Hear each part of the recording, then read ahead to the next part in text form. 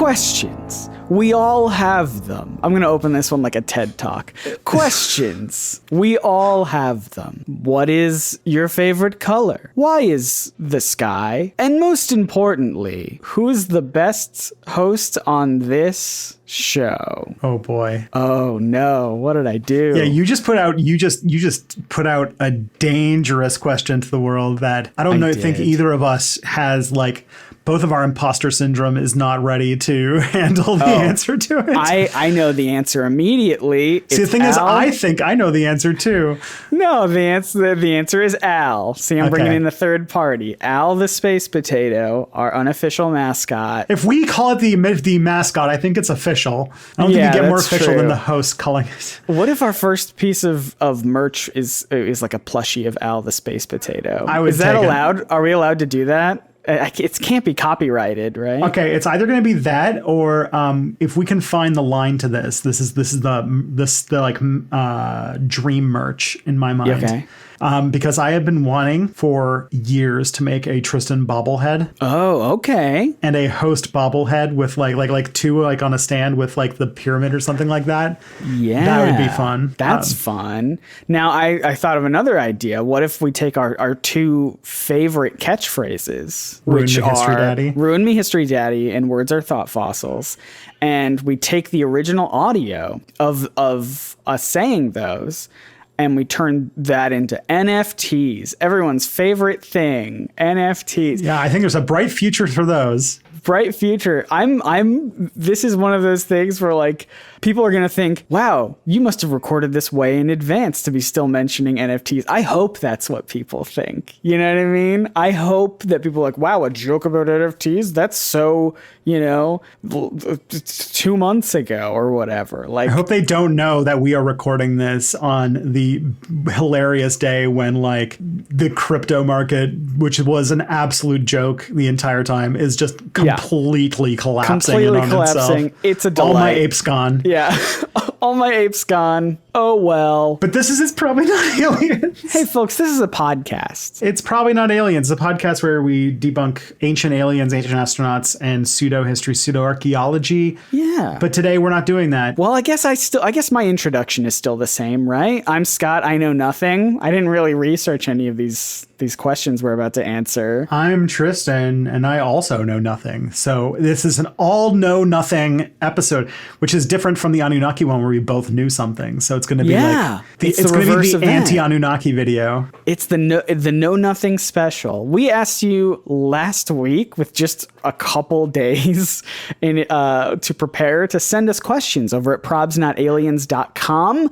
I'm going to leave that whole questionnaire open. It's not a questionnaire, but I'm going to leave that Google form open for any future question episodes. So you can still do that. probsnotaliens.com, scroll all the way to the bottom. And there's a little thing that says, Q&A, ask us something. It's the little machine where you put questions in and content comes out. That's exactly right.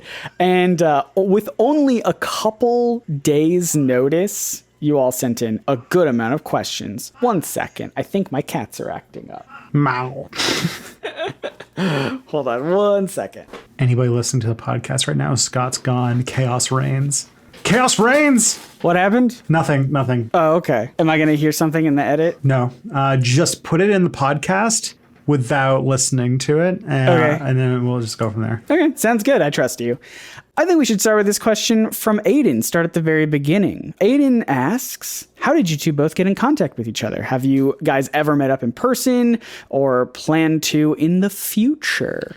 This is a fun story. Yeah. This is how we met. The story. Aww. The origin of it all. Yeah, I guess like the thing is that the secret is that, yes, we have met each other a couple of times, both times at VidCon. And the person that you have to thank for this podcast's existence is actually a kind of obscure YouTuber. You probably don't know her. She's a little indie creator by the name of Abigail Thorne, who runs a YouTube channel called Philosophy Tube. Up and comer, I would say. Up and comer. I see big things in our future. Yeah.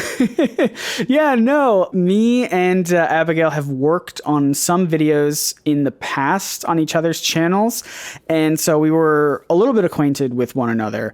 And so when she was going to VidCon that year, I was just like DMing her being like, hey, want to meet up, chat, where are you? That sort of stuff. And she was like, oh, I'm over here. Come meet me over here. And by the time that I got there, I see a bearded gentleman. I don't actually remember if you had a beard at the time, but my memory of you is always with a beard. So yeah, I saw this bearded gentleman who was also there, and we just got to chit chatting, right? I can't even remember what all we talked about, but we hung out for at least for a very good portion of the day. Yeah, if I remember correctly. So first, I know Abigail through another mutual friend, another indie creator by the name of Natalie Wynn. And I had met up with Abby at the time, and we were just kind of hanging out, because this is like shortly before Philosophy Tube like hockey pucked into the sky. Yeah, like probably like maybe a good like 6 months before that really took off. Yes. And we were to meet up because we were just at VidCon, we were bored, and we wanted to hang out. And we were going to do the floor, like the chaotic, floor. Yeah. And yeah, you were fans everywhere. It's unimaginable to me now that after the couple years that we've all as a society lived through, like VidCon as a concept, the floor area is something that I can't even like prepare myself for again. Yeah. Yeah. And I recall we like got lunch because we went to this place that was called like Philosophy with an F, because it was a falafel place. Yes. I forgot about that. We took a picture that. of Abigail with the thing. And then, yeah, we kind of just hung out outside. I think some like men's rights activist yelled at us for a bit. And sure did. And then I think we did the floor. I remember we took a break and hung out at like a giant mattress that was run by like a mattress company or something. That was fun too, because I think we were all speculating like, gosh, how much awful, gross stuff just from existing on this floor with thousands of people also taking breaks on this thing. Like, these mattresses must be disgusting by now. Mm-hmm. And then the next year we met up again at VidCon, and we went to Denny's, and we just kind of hung out and vibed. We vibed. We kept in touch on Twitter. We helped each other with videos. You've helped me a lot with just history research, even when you're not in a video. Yeah, we did the Superman nuclear bomb video together, which was really fun. And then for a couple of videos after that, you had reached out to me to do some history help with ghostwriting, script stuff. And it was just fun. And as we like kind of did stuff together, we realized that we had a really, really good working relationship. Our skills complement each other really well. You've got the 20 in charisma. I've got, I don't know, the 20 in history checks. Absolutely. Like every time we worked on something together, we really, really liked what came out of it. And so absolutely. It was everything that we've made together. I think I've been very proud of, and it's always just fun. That's the most important thing. It's always just fun. So that's the history, I guess, right? That's the story. That's the story of us. Well, actually, that's the official story. Yeah. The actual story is that the military needed to create a disinformation campaign via podcast in order to keep people off the trail of the UAE phenomenon that was happening in 2020. That's true. So in order to get people distracted from the closeness that they came to revealing that extraterrestrials are indeed real, that they did indeed show up in our past, and that Eric von Daniken is just 100% correct. Albeit, this is the weird part, is that he doesn't actually have any insider knowledge. He just 100% guessed. That's the wildest thing. He just guessed. And I guess statistically, someone had to get it right. But with the stuff that contradicts the other stuff, which I thought was really interesting. I thought we were going to throw them for a loop there for a little bit, but Eric nailed it. It was so weird. Mm-hmm. So It's Probably Not Aliens is a disinformation campaign done by the CIA and the military and the FBI and the KGB. Why not? Yeah, and we're answering that question because genuinely, truthfully, at least a handful of the questions that we did get on this Google form were things like that. They were all in fun, but like, people are curious. And so when you ask us a question, we have to tell you the truth. And Tristan just told you all of the dirty, nasty truth. that is this podcast. And you know it's true because we edited it and put it in the podcast for public consumption. All right, what do you want to answer next? Do you want to? I picked that one. I don't know if you have one. I think that this one would be fun, which is asking us what it's from Amit, who wants to know what conspiracies do we actually believe in. Oh, that's I think good. this would be a pretty good one. So I know, was it you? I think you said that you're going to do a video on JFK at some point. Yes. Next year is the 60th anniversary of the assassination of John F. Kennedy. I am going to make a video on that topic because I believe in the nonsense conspiracy theory that he was killed by Lee Harvey Oswald. So I will say for a very long time growing up, for sure, I believed that there was at least some sort of second shooter. I don't know if I believe the full depth of everyone doing this big conspiracy theory of like, oh, Oswald was, set up or whatever. The depth that I went to as like a high schooler who was just like, oh, I don't know, man, was literally just like, oh, there might have been a second guy shooting. I don't know. I don't believe that anymore, but for a really long time, portion of my life, that was the one I believed in. My general theory is that a lot of weird stuff can happen in when you hyperanalyze a period of time that's measured in like a few seconds. I.e. like the time between like the first and second shot, and they're like, oh, a magic bullet, and like you hyperanalyze anything, it's going to look really weird and uncharacteristic. But more so is that like everyone's like, oh, why is the government keeping it under wraps and all that kind of stuff? And I would just say that the reason that I suspect the conspiracy is that the report that the FBI or CIA or whoever was in charge of this one, the results of the report had two major sections of it that I imagine that they do not want to keep under. They do not want publicly consumed. One, they probably had a big section that was a step-by-step description about how one guy with a rifle could assassinate the president of the United States, getting through all of their security measures. Probably not great.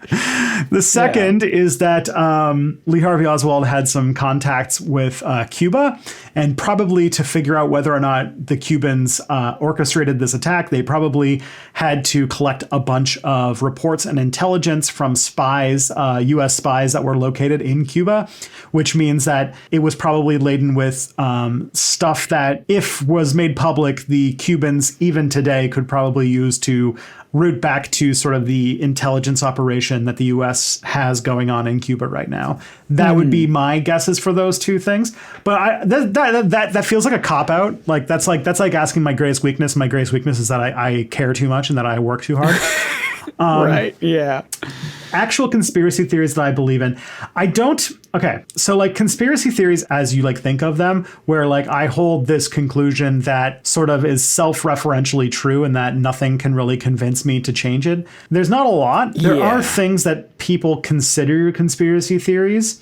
I think I said this once in our episode on cattle mutilations, that there are some conspiracy theories that if the fullness of time we turn out to be real, I would not be surprised. And there are some things, there is one conspiracy theory that I full out believe, but for the sake of like doing due diligence and like that there's no like positive solid evidence that says it, I cannot like 100% say that I think it's true, but I'm like pretty convinced it's true. And that's that the FBI killed MLK. Yeah.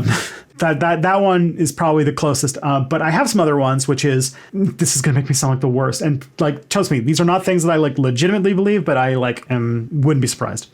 One is that I do think that the U.S. has, as part of their clandestine efforts, something that makes people get cancer. Because there was this period in around 2011 or so where three major Western Hemisphere leaders who might have represented their countries going in ways that the U.S. didn't want got cancer and died very suddenly. Those three people being Hugo Chavez in Venezuela, the other one being, now I think, I don't remember what her name is, but she was the president of Argentina. She didn't die though, but she did get cancer around that same time. And the third and this will make all the Canadians happy, was Jack Layton, who was the leader of the New Democratic Party in Canada, which is the Canadian like social democrat party. Like in Canada, what I think would be considered like the Bernie Sanders wing of the Democrats and the Hillary Clinton wing of the Democrats are two separate parties, and this would be like kind of like the Bernie Sanders one.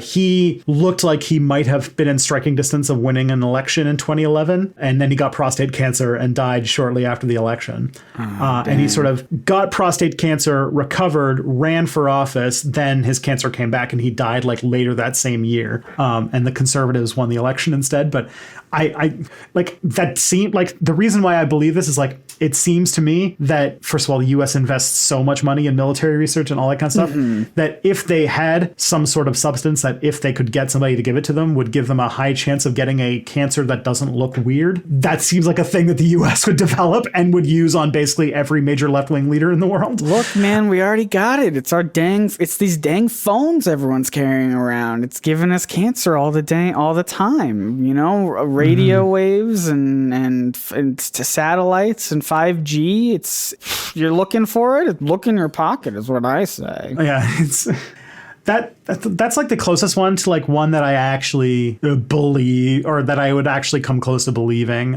or more like, you know, people get cancer all the time, and I don't want to like make connections where there aren't any, but it was a little weird that a bunch of left-wing leaders all got cancer at the same time. But, you know, coincidences do happen. It would just be like, if it turns out in 20 years we find out that the US can give people cancer and that they gave it to those three people specifically, it wouldn't surprise me at all. I would say, just to round out this section, I really don't think I believe this is the thing, right? I don't think I believe in any conspiracy theories because they're not conspiracies to me. They're real. But no, I did do a Google search of conspiracy theories just to see if I could refresh my memory. And this is going to prove incredibly useful in a future video of mine, but I fully forgot the very real conspiracy theory. Do you know this one? That Disney, the company, created the movie Frozen to hack Google's, to naturally, not artificially, to very naturally hack Google's search algorithm so that when you type in Disney Frozen, it doesn't come up with the thing about his head or whatever. It comes up with the movie Disney Frozen. That is amazing because, first of all, Disney doing keyword stuffing to get rid of negative press that's a common thing that PR firms do. Influencer move, yeah. And they could even just have the movie go forward, and they could have just like changed the name. Like all it was the name of the movie. And Frozen is kind of a weird name for the movie, and like not even like if you think about it, like if you didn't know what Frozen is, because it's like it's based on like a Hans Christian Andersen story, right? Called like the Ice Queen or something like that. Yeah, I think so. And like the Ice Queen would be like a more logical name for the movie, but Frozen, like, yeah, that is a good one. That is good. Assuming that it's true, it's probably not, but assuming that it's true, whether they did that to hide the fact that they definitely did freeze Walt Disney in some capacity, or just to stop to stop those rumors from being spread because they didn't, you know, and they're just like, look, if anyone searches Disney Frozen, we just want them to find literally anything else than this really annoying rumor, you know, like who knows? But I just think that's a very fun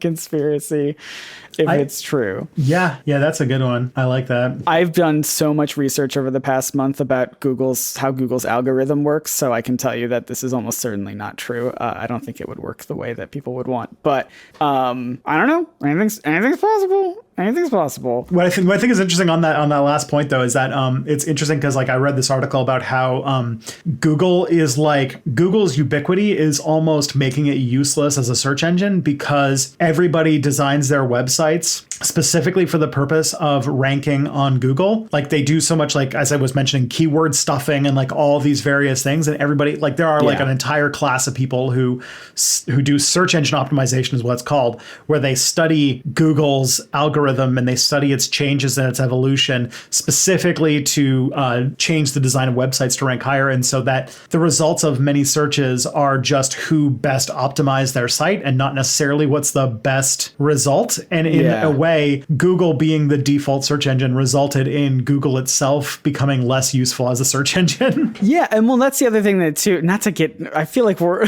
going down. We veered off the track. We veered off the question, but like not to get too into it. But like also, it's important to remember that Google is not. It's not really a search engine. It's an advertising platform, and so like, yes, you can search stuff and try to get stuff, but a lot of the stuff that's going to come up to the top is a lot of the people who have paid Google to come up to the top as well. So I don't know. There's just a lot to consider in there. You're not going to necessarily get the most accurate answers, but you might get, to whatever question you search, but you might get the ones that have optimized and paid Google the most to get there. That's why I only use Bing and Alta Vista. Anyway, we should answer another question. Yes, you pick the next one. Here's a fun one. We got into some deep territory that's a little, maybe a little heavier, but here's a fun question. This is asked by Ash. Ash asks, what's the weirdest alien concept you heard? I'm talking completely out of the blue, off the wall, weird concept of what an alien could be. Now, I like this question because I think in the past, we've definitely talked about how if we ever discover aliens, it will be almost certainly something so wildly different from any kind of life that we have here on Earth, to the point where we might even have to redefine what life even means. So with that in mind, Tristan, what's your wackiest alien concept? Okay, there's two that really stick out in my head. Both examples come from fiction. Yeah. Obviously. It comes from I was going to say, real like, aliens. Do you have other examples that don't come from fiction? So one is, I believe, from a short story that I haven't read, but I've heard about, which is that it was about alien life that lives on the surface of a neutron star, which is sort of the dead remnant of an ancient star that is like made of some of the densest material ever that can exist, just purely densely packed neutrons. And because of that, time dilation means that they the time moves like way faster for them than it does on the outside. Mm-hmm. And so they are hyper intelligent, but live for like fractions of a second and things like that. Oh, wow. That I thought was pretty cool. Another one I think also is not less based in science, but is an H.P. Lovecraft one, which is, I think, an actual intelligent shade of blue. Oh, yeah. I've heard of that. Yeah. As for like scientific ones, I think that there's a lot of interesting things about crystals. I know that this will sound wild, but if you think about like some of the definitions of life, right? It is things that reproduce and have like a sort of structure. And I have a feeling that like crystalline structures do reproduce, and that if there was some sort of like mineral-based life that is like sort of some configuration of crystalline shape that is able to reproduce and evolve in some fashion, I think that would be a form of life, because crystals are also made of stuff, so they would consume. So that is a form of metabolism in a way. I think that would be an interesting one. I think Stellaris, a video game that I've wasted way too much in, also has an event where you find a species of life that sort of are crystals that live in like an asteroid field that sort of communicate via like basically like an electric field or a magnetic field that kind of binds them all together, and they sort of harmonize and stuff like that. Your ideas were better than where I was going to go. No, go. I want to hear it. So I can't remember if I've talked about this in an episode before, but it doesn't matter. Not everyone listens to every episode. Mass Effect, the video game. I'm a big fan. Have you played it? I've played the first one. I have played part of the second one, and I kind of stopped because I was told that it has a very disappointing ending. The second one? I like the game in general, and I was like, I don't know if I want to play a whole trilogy. The trilogy has a bad ending. Second one's good. Anyway, So that franchise has aliens called the Hanar, who I love. You can look them up. I think it's Hanar, or maybe there's a second N in there. I don't know. But they basically look like really tall, slender, four-legged jelly blobs. And when I first saw them, like my first immediate reaction was like, this is a bad alien design. I don't like this alien design. It doesn't fit in with alien designs I've seen, meaning it's not humanoid. You know, I'm so used to seeing humanoid aliens from so many sci-fi things. But I saw the Hanar and I was like, these just look so out of place. And they're not even like wild. Like they're very simple, but I think they're the most interesting and unique aliens in that franchise, just because they don't feel like they fit in. And it's what I was disappointed by when the franchise went to Andromeda, a completely different galaxy. And I was like, cool, we're going to get, who knows what alien species we're going to see here. The art team's going to go nuts. And then we just got humanoid aliens, and it was boring. So props to whoever designed the Hanar. I like them a lot. And that's what I always think about when I think of aliens that are beyond what I could imagine, because I always limit myself to just like, I don't know, human, but also looks like a cat or something, you know, like I don't know. Star Trek's typical roster. Yeah. Exactly. I think there are crystal aliens in Star Trek called the Tholians. Yes, Tholians. They they fly around in little triangle ships and build webs. Yeah. Classic 60s episode called the Tholian Web. Which probably means that that's best to dovetail into the Star Trek question that we got. Oh, yeah. So it says Tristan seems to also be a Star Trek fan. This is a grotesque understatement. I've been watching Star Trek with my dad since I was literally a baby, and I have been a fan for my entire life. I will voraciously consume Star Trek content. So yes, I'm curious to hear his thoughts about how much influence Ancient Astronaut and New Age pseudoscience has influenced that franchise in its early days. It's probably one of the biggest franchises to normalize these ideas. Yeah, what are your thoughts there? First of all, you like Star Trek? You've heard of this thing? You've heard of the Star Trek? You like it? Oh gosh, yes. So this is a question definitely about like TOS, the original series for the non-Trekkies. Now I've only seen a couple episodes of the original series. Next Generation was my jam. I loved it a whole lot. But the original series, I don't know. I never watched it all the way through.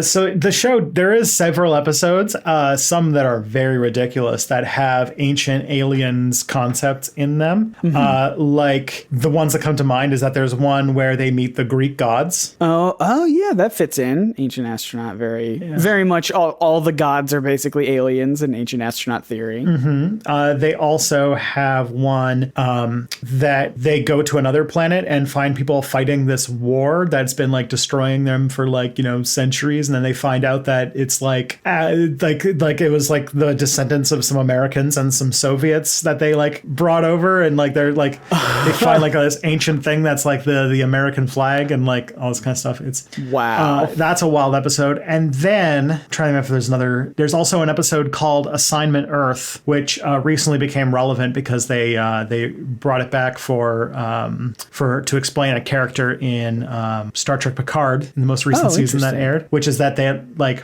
some advanced aliens, which they then wrote out to be Wesley Crusher, aka that's a spoiler. That's a big old spoiler. Oh no! But yeah, Will Wheaton and his people are kind of trying to navigate or protect the flow of time by sending random agents to like watch over important periods of history, and like that feels very ancient aliensy. That does. Also kind of Doctor Who-esque. It was also, if I remember correctly, it was supposed to be, if Star Trek had gotten canceled, it was going to be a backdoor pilot for another show that Gene Roddenberry was going to make. What's Gene up to these days? He's very dead. Oh, well, that's a shame. He died in like the early 90s. No one went back in time to protect Gene. I see how it is, Wesley. See how it is, Mr. Wesley Crusher. Like, because apparently obscure science fiction references are part of my thing on this.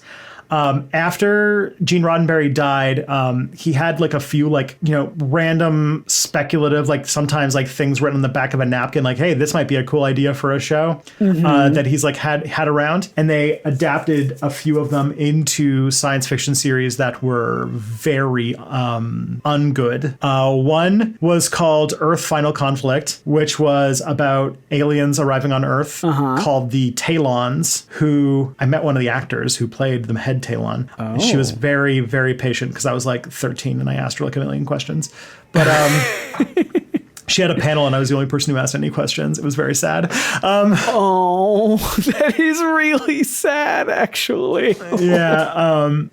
But it was, that show actually was pretty based, but like a lot of it was filmed in Ottawa, and you can like see like, cause Ottawa's got like this sort of like architecture on the roofs with like copper and stuff. It's very amusing. The other one was called Andromeda. Oh boy. It takes place on the starship Andromeda where the spaceship was at the peak of a time of a galactic republic that was on the verge of falling apart. And in this big final battle, the Andromeda gets stuck in a black hole where it's frozen for like 1,000 years or like several hundred years or whatever. And then it gets fished out and like the whole like, Federation-y thing has fallen apart. And then the guy who's running the ship has to bring it back together. And here's where things get real wild, especially if you think about what he did afterwards. Okay. The captain was played by Kevin Sorbo. Oh no.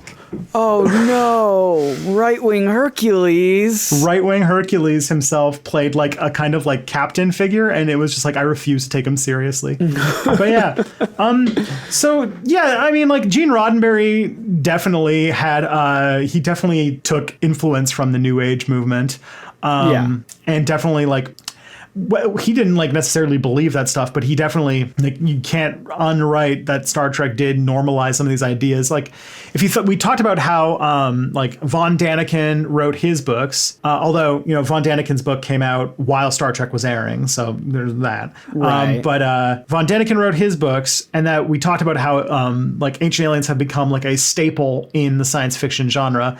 And in many ways, like Star Trek is one of the things that Von Daniken's ideas might have moved through in order to build things up. You get into like later Star Treks, there's even more Ancient Aliens stuff. Yes. I think in like The Next Generation, they like have an episode where they literally find out that all of the aliens that are just humans with prosthetics on their foreheads are all descendants of like one alien race called like I don't remember what they're called anymore, but they like can travel instantaneously through space-time portals and stuff like that. Yeah, well, it's this thing that like this race of aliens went out to explore the universe and found no life, basically, or like no intelligent life other than themselves, and then so they just kept exploring and separating off and effectively became all the different races in Star Trek. The episode is rad as hell because it's like a competitive archaeological race between like a group of Romulans and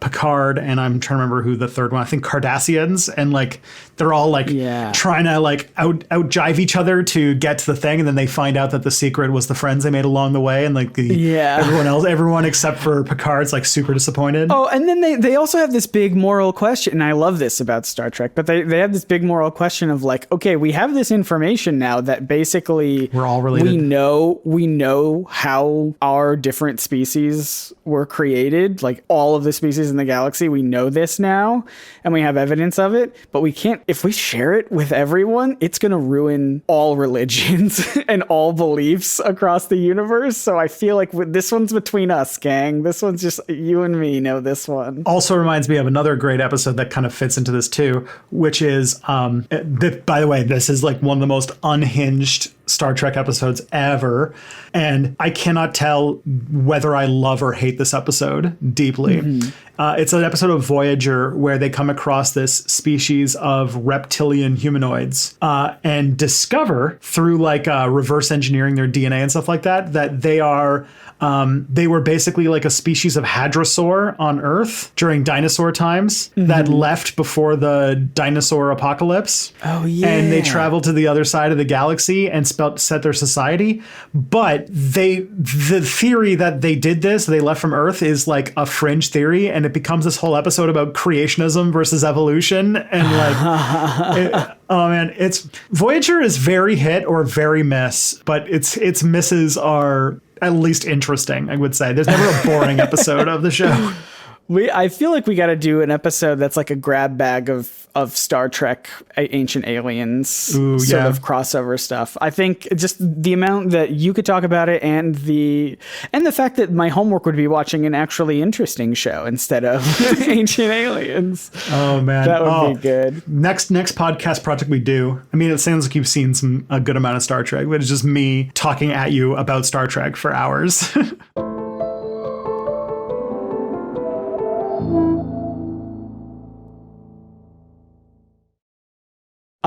I think we have time for maybe like one or two more questions. All right, let's do I this. think we really underestimated how long it would take us to get through questions. You guys sent in a bunch of great questions, and we highlighted all the good ones, and we are not even close to getting even halfway through them. Yeah, we will have to do more of these episodes. All right, yeah. So the question here comes from Luke. Thank you, Luke. Yeah, the question is, Tristan, hi. What episode is the most fun to research? Do you prefer episodes that are more in depth or more lighthearted ones? Okay. Something makes me say, okay, most fun to, I'm going to answer it in reverse. I think this makes more sense. Okay. So the episodes that I like the most are when I find myself the furthest from where I started. I know that feeling. Like, as both of us as like YouTubers who dive really in depth about topics, like that's always extremely exciting for me when I can take something. I mean, it's just making connections between things that people didn't think were connected in any capacity, and then you draw those lines, being like, actually, this led to this, or this stemmed from this, and like, whoa, I had no idea. So that's very exciting to me. Do you have any sort of examples of what episodes did that for you? Yeah. I think that the one that comes to mind as like the one where I found myself the furthest from where I imagined I'd be when I started was the episode we did way back, which was on Pumapunku. That was the one that's about Bolivia, where I ended up talking about Evo Morales and the American coup and stuff like that. Yeah. That one was pretty wild. I really enjoyed the research phase of that one. Another thing that I think that I like doing is when I jump into a topic where I am very I know nothing about what I'm jumping into when I start, and I get to just learn, take a tour through an entire new area before I come back to talk about on the podcast. One that comes to mind for me on that one is the one we did on the Dogon. Oh, that was a good one. Yeah. And then I also love when I get to just go completely off of my topic and go into wild things. Like, I had a lot of fun with the cattle mutilation episodes, which is a weird thing to say. But I had a lot of fun. I know that I do it too much, but I love the episodes where I go into science and I get to do something really, really different.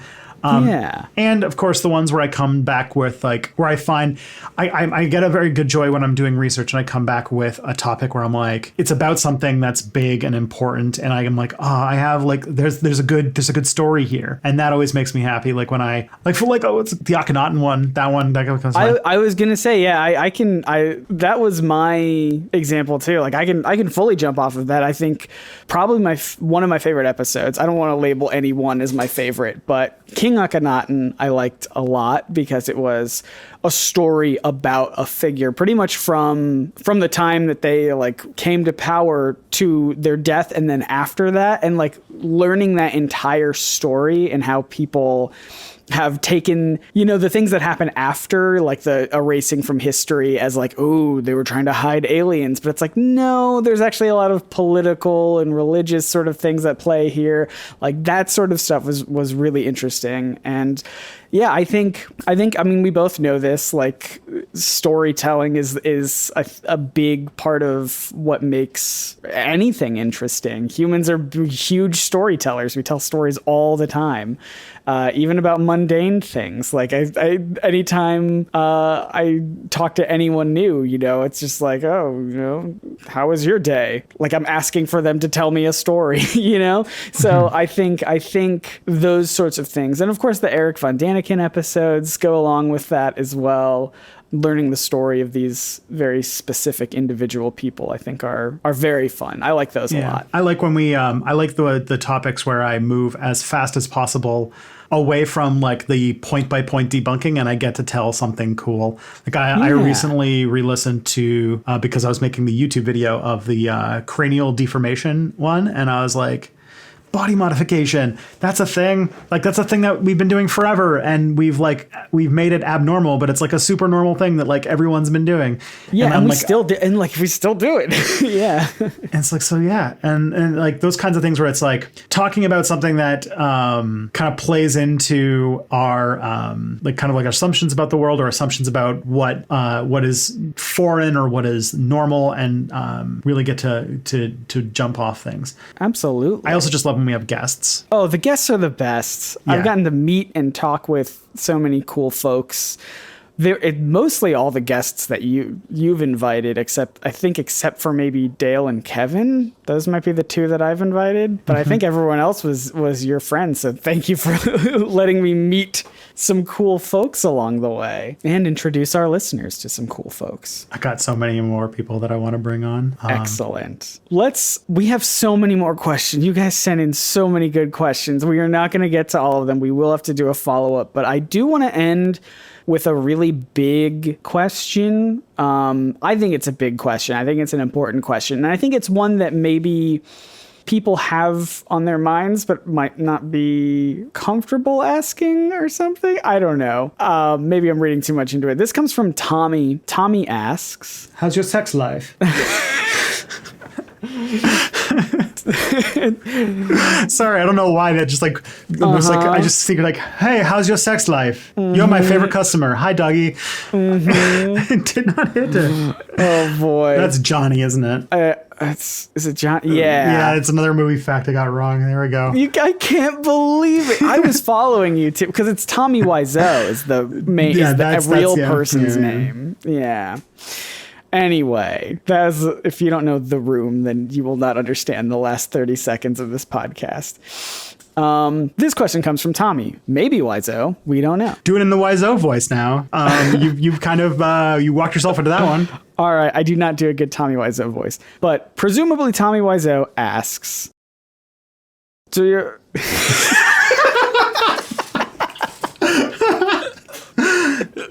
That is the most humor per syllable you've ever done. Do you think it's okay to watch Ancient Aliens for entertainment purposes? Okay, that was Christopher Walken. I don't know what I was trying to do. Do you think the question is, do you think it's okay to watch Ancient Aliens for entertainment purposes? I think this is something that we get to. I feel like as the show goes on, we've been increasingly harsh on History Channel, and I don't want to cut them any slack, right? They're still airing this show that spreads misinformation, but I think this question is a valid question. I think people watch this show just because it's just because they find it fun, not necessarily because they believe in it. So, what are your thoughts? What's the ethical? Tristan, give me the cut and dry. What's the ethical thing to do and objectively ethical? Right? I don't want anyone to refute you in any capacity. I mean, like we've kind of been like having this conversation in the public for the last few years, like. Do you consume media that was made by problematic people that have problematic elements in it? Yeah. And my answer to that, as somebody who is a historian who had to, read the blogs of like actual neo-Nazis as part of my work, like not for entertainment purposes, but there are like, yeah, I think it's short answer. Yes, go for it. Just like, if you're aware of what you're getting into, sure. Go with the gods. It's a great show to watch while you are ingesting glaucoma medication. Sure. And it is like, it's genuinely Giorgio Tsoukalos is very memeable. Yes. The topics are wild, and it's really fun to think of what people come up with. Even though, that like it exoticizes indigenous peoples. It has a lot of roundabout ties to esoteric fascist ideas, or at worst, and some very racially problematic takes at best. But the thing is that if you're going to only consume media for entertainment that sort of lives up to all of the ideals that society puts forward, you are, one, going to have a very short list of things to watch, and two, it's going to be a moving target. Anything that is more than like a decade old, like I recently rewatched Parks and Recreation, and that show has aged like milk. No. It is an absolute. I felt like it would. Yeah, that's a bummer. And the thing is, like, there are things that are genuinely great that are made by terrible people. I love the book Ender's Game. And Ender's Game is objectively written by a horrible person. Orson Scott Card, if you're listening to this, you've just been called out. Yeah, what's Orson up to these days? Writing novels about a fictional civil war in which evil liberals are at war with God-fearing good Republicans, and that's not even a joke. Man, it's like this thing is like the only thing that I would say to kind of put a caveat on that is be aware. And know that when you're, eating a Big Mac, to maybe go for a run later, Like, it's fine. Big Macs are tasty. Yeah. But just know that, first of all, you're not getting facts out of this. And sometimes that can be a real problem, because when you consume something that is false but is portrayed as facts, you might internalize it as a fact without even being aware that you're doing that, and it might come up later. So in many ways, I would say that be aware that what you're watching is not true. And if you can, if you're curious about something, research the real stuff so that you don't accidentally imprint on that later. Yeah, I mean, if you're just watching it for fun because you know that it's sort of bogus and you're just trying to get a laugh out of it, I think that's fine. I watch so many YouTube commentary channels that just watch, like, they themselves watch really awful, cringy TikToks about like alpha males or whatever, like things that absolutely don't exist and are just, just absolute clowns of people. But those commentary channels watch it with the knowledge that, like, they're not doing it because they're genuinely trying to listen to, how to become more of an alpha male, right? They're doing it because they want to poke fun at it. They think it's silly. They almost want to, and in a way, like, try and debunk some of it. But, like, you don't have to debunk or research anything in watching Ancient Aliens. If you're just watching it, like, I don't want to give people homework, right? If you're just watching it because you think it's fun and you know that it's bogus going into it, then I think that's probably fine. If the question is, like, is it ethical to watch it knowing that it supports, that me watching it is supporting more seasons of this being made and potentially more people being bamboozled, and causing more harm, that's an enormous question that I do not have the answer to. Like, even right now, I feel like we've all, over the past couple of years, have been witnessing stuff like J.K. Rowling, who is a huge transphobe with awful ideas and awful thoughts, and people are still thinking, like, well, can I separate the art from the artist? Can I still go see this new Fantastic Beasts movie? Can I play this new Harry Potter game? But that supports her if you do those things. I'm not a Harry Potter person. I've never read the books. Okay. I'm not a Harry Potter fan. I have no love for J.K. Rowling or the Harry Potter world. I don't know where you stand on any of that, Tristan. I have read all of the books a single time, and I was more of a fan when I was in high school. But yeah, the whole J.K. Rowling thing does, like, it had, like, there was a time, and this is wild in modern day, where there was a thought that the reason why the millennial generation is so much more aware of social issues and stuff like that is because we read Harry Potter growing up. And like, I don't really know if I believe that as a reason, but I don't think so. But like there are people, and I think that like there are people where Harry Potter, there are trans people that I've talked to where Harry Potter was like a big part of them learning to accept who they are and embracing, you know, the person that they become. And then to watch J.K. Rowling does it, it does hurt it a little bit. And this is where, and so now I can't really consume Harry Potter media without just being reminded of that. But that's just me, a person. I always kind of like, you know, don't think too much about like, oh, you're supporting their work because your individual contribution is very, very small. And there are ways to consume media that don't involve giving them money, but we can't talk about that. I apply a noise gate to all of our audio, so we'll see if that noise gate allowed us to be legally okay with what you just whispered just now. Yeah, like used bookstores, for example. As a way that you could libraries. Libraries.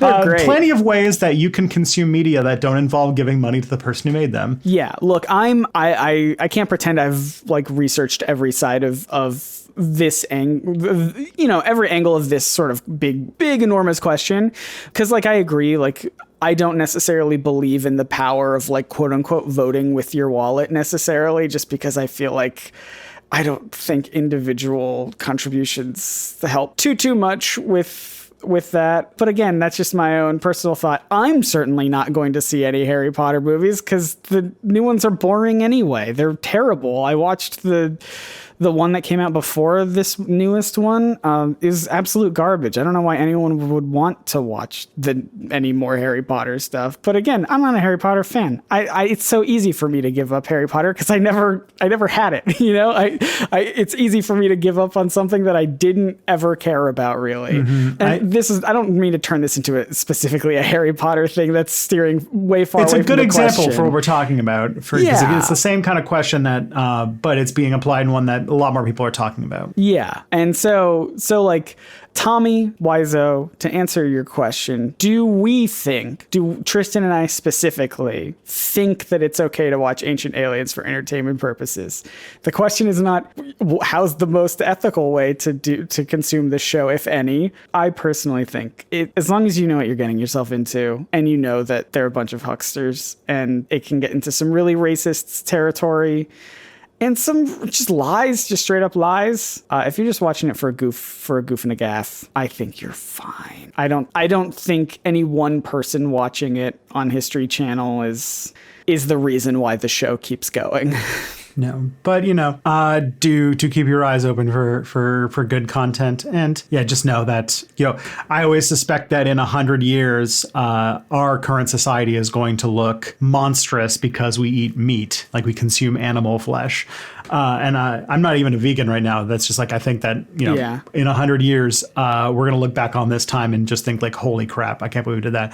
Just know like it's a moving target, and that if you want to keep absolutely world's complicated, world's full of problematic stuff. And also just be aware that you could accidentally be ingesting stuff that if you don't consciously sort of file it away as false, you might unconsciously absorb into your knowledge base. And that's sort of the mere exposure effect, I guess, answer to. Yeah. If only there was like a resource that people could, I don't know, listen to. That feels maybe listen to that could take some of these ancient astronaut theories and shed some light on the real world history of people and cultures and civilizations. And if only there was like a show, like a radio show for that. Unfortunately, there isn't. An internet show? No, there isn't. Unfortunately, this podcast is actually called It's Probably Not Lupus, in which we are rewatching the show House MD episode by episode. What a wacky boy, that house. No, but of course, Tristan, I forgot we're recording something right now. Oh, there's a podcast. Oh, yeah. The other podcast that we do about Ancient Aliens, that one might actually be good for. Oh my gosh, that would be perfect, actually. Yeah, that's true. You can stay subscribed to this podcast or get subscribed if you're not already on any podcast platform. I would love that so much, and it would be very helpful. And you can follow us on Twitter at probsnotaliens. And once again, probsnotaliens.com for the link. Send in more questions. We want to do more of these episodes. It's not going to be like an every other week sort of thing, but maybe once every couple of months. I think that'd be fun. Yeah. Where can people find more of you and listen to more of you and your voice and your face?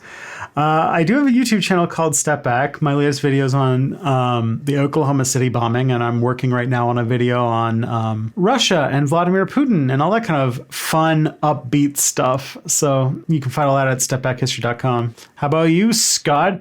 If somebody were wanting to get in sync with their nerdy side. Oh, that's a good way to put it. Yeah, I'm a YouTuber as well. I have a YouTube channel called Nerdsync, Nerdsync. It's a home improvement channel. Yeah, it's all about everything in the kitchen sink of nerdiness. No, I make video essays about dorky stuff, geek shit. You know it, you love it. Comics, cartoons, anything that interests me. I'm trying to allow myself to make bad videos this year. So I don't know if that's a good selling point. You're doing a bad job because you just keep making good videos. I know. I got to get worse at it. Go check that out and follow us on Twitter, I guess, individually. We don't plug that as much, but yeah, at Scott Nicewonder, at Tristan PJ. But until next time, question. The truth is out there? Answer. Probably.